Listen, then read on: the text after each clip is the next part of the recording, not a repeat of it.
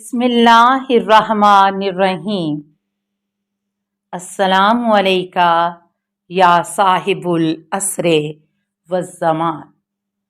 سامعین کرام، 3 منٹ قیامت کے عالم آخرت میں 3 منٹ کا سفر ہے جس کی آج 10ویں کڑی ہے۔ جوان کی آواز دوبارہ آئی، صدقے نے تمہاری جان بچائی ہے، لیکن اس عالم دین کے بارے میں یہ بتاؤں کہ اس دن ان سے ایک غلطی سرزد ہوئی تھی جس کی سزا ان کو ملنی تھی، لیکن اس کے نفرین سے تمہاری ٹانگ ٹوٹ گئی تھی۔ اس نے صدقے کی اہمیت اور لوگوں کی دستگیری کے حوالے سے بات کی اور سورہ مبارکہ فاطر کی آیت نمبر 29 کی تلاوت کی۔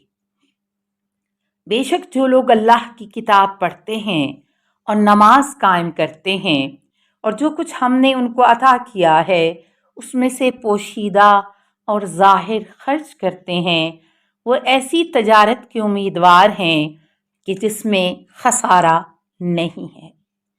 یہ بات بھی قابل ذکر ہے کہ مجھے یہ بات سمجھا دی گئی ہے کہ صدقہ ہو یا نماز باجماعت، اہل بیت اطہار علیہم السلام کی زیارت ہو یا دینی پروگراموں میں شرکت یا کوئی اور نیک کام، اس کام کی مدت جو خدا کی رضا کے لیے خالصانہ انجام دیا جائے وہ انسان کی عمر میں شمار نہیں ہوتی ہے، بلکہ یہ سارے کام انسان کی عمر میں برکت کا باعث بنتے ہیں۔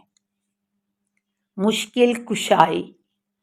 لوگوں کو احساس نہیں ہے کہ لوگوں کی مشکل کشائی میں خدا نے کیا کچھ رکھا ہے، لہٰذا وہ زیادہ توجہ نہیں دیتے ہیں۔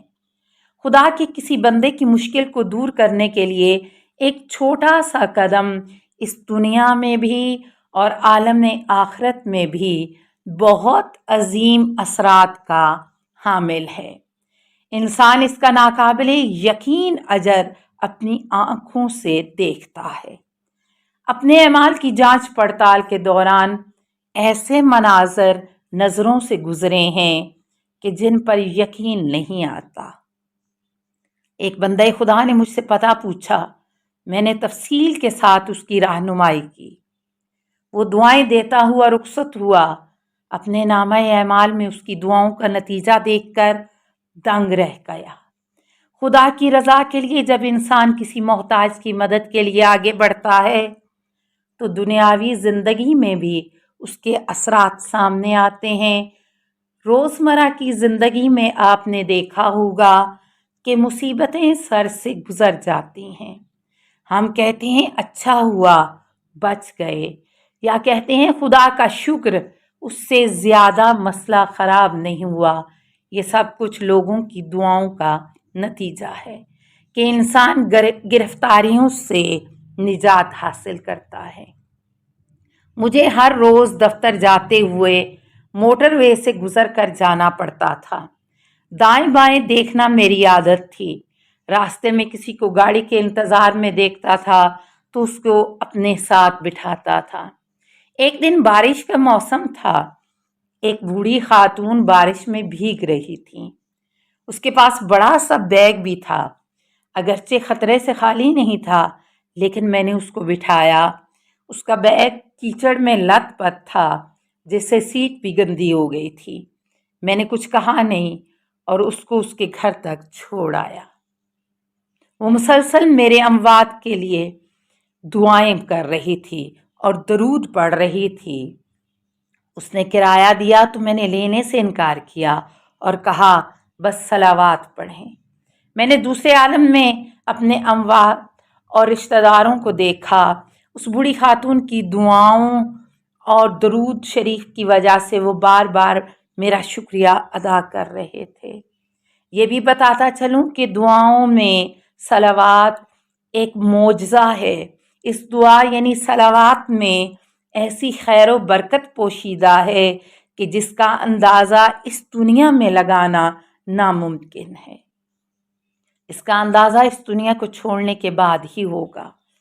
پیغمبر رحمت صلی اللہ علیہ وآلہ وسلم کا ارشاد مبارک ہے کہ ایک مومن کی مشکل کشائی خانہ کعبہ کی زیارت سے 70 گنا افضل ہے۔ اس مشکل کشائی کا محاصل وہاں بہت روشن تھا۔ اس دنیاوی زندگی میں بھی اس کے آثار اور نتائج نظر سامنے آتے تھے۔ جب انسان خدا کے کسی بندے کی خاطر اپنے آپ کو مشکلات میں ڈالتا ہے تو اسی دنیا میں اس کا نتیجہ اپنی آنکھوں سے دیکھتا ہے۔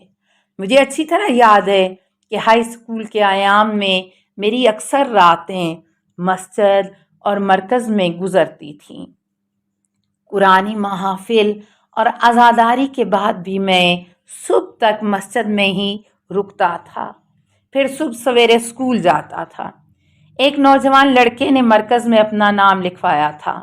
وہ ایک خوبصورت نوجوان تھا، لیکن ساتھ میں بہت بھولا اور سیدھا سادہ بھی تھا۔ ایک رات جب مرکز کے کام ختم کر چکا تھا تو میں نے گھڑی دیکھی، صبح کی اذان میں 1 گھنٹہ باقی تھا۔ سارے دوست گھروں کو جا چکے تھے۔ میں نے مرکز کے دارالقرآن کا رخ کیا اور نماز شب پڑھنا شروع کیا۔ اچانک وہ نوجوان اسی کمرے میں داخل ہوا اور میرے ساتھ بیٹھ گیا۔ نماز ختم کر کے میں نے اس سے پوچھا، کیا ہوا بھائی؟ اس کا رنگ پھیکا پڑ گیا تھا۔ کہنے لگا، کچھ بھی نہیں، یہ ابھی تم نے کون سی نماز پڑھی ہے؟ میں نے کہا، یہ نماز شب ہے جو صبح کی اذان سے پہلے مستحب ہے۔ میں نے کہا، اس کا بہت زیادہ اجر ثواب ہے۔ کہنے لگا، مجھے سکھاؤ۔ میں نے اسے نماز شب کا طریقہ سمجھایا۔ اس نے میرے پاس ہی نماز شروع کی، لیکن میں سمجھ گیا کہ وہ گھبرایا ہوا ہے اور کسی چیز سے خوف زدہ ہے۔ صبح کی نماز پڑھنے کے بعد ہم دونوں ساتھ ہی مسجد سے نکل گئے۔ میں نے پوچھا، بھائی اگر کوئی مسئلہ ہے تو مجھے بتاؤ، میں بھی تمہارے بھائی جیسا ہوں۔ کہنے لگا، مسجد کے سامنے ایک بدمعاش لڑکا میرا انتظار کر رہا تھا، مجھے زبردستی اپنے گھر لے جانے کی کوشش کر رہا تھا۔ آدھی رات تک باہر بیٹھ کر میرا انتظار کرتا رہا، اسی لیے میں بھاگ کر آپ کے پاس آیا۔ دوسرے دن میں نے اس بدمعاش لڑکے کی اچھی خاصی خاطر مدارت کی اور اس کو دھمکی دی کہ دوبارہ یہاں نظر نہیں آنا۔ اس کے بعد کسی نے اس بدمعاش کو مسجد کے آس پاس نہیں دیکھا۔ یہ لڑکا میرا دوست بن گیا اور مسجد میں رفت و آمد شروع کی۔ اس کی تعلیم و تربیت کے لیے میں نے بڑی محنت کی۔ خدا کا شکر ادا کیا کہ اب وہ ہمارے محلے کا ایک دیندار لڑکا بن چکا ہے۔ ایک مدت گزر گئی اور پھر سپاہی پاسداران انقلاب میں سلیکشن کا مرحلہ آیا۔ میرے دوستوں کو سلیکشن کے مراحل طے کرنے میں 6 ماہ بلکہ اس سے بھی زیادہ وقت لگا۔ میرا کام صرف 1 ہفتے میں مکمل ہوا۔ میرے دوستوں کا خیال تھا میں نے کوئی سفارش کروائی ہے۔ مجھے بتایا گیا کہ تم نے اس نوجوان لڑکے کی تربیت کے لیے جو کوشش کی ہے یہ اس کا نتیجہ ہے کہ سلیکشن کے مرحلے میں تمہیں زیادہ تکلیف سے نہیں گزرنا پڑا۔ یہ تو صرف دنیاوی اجر تھا، آخرت میں تمہارا اجر تمہارے نامہ اعمال میں محفوظ ہے۔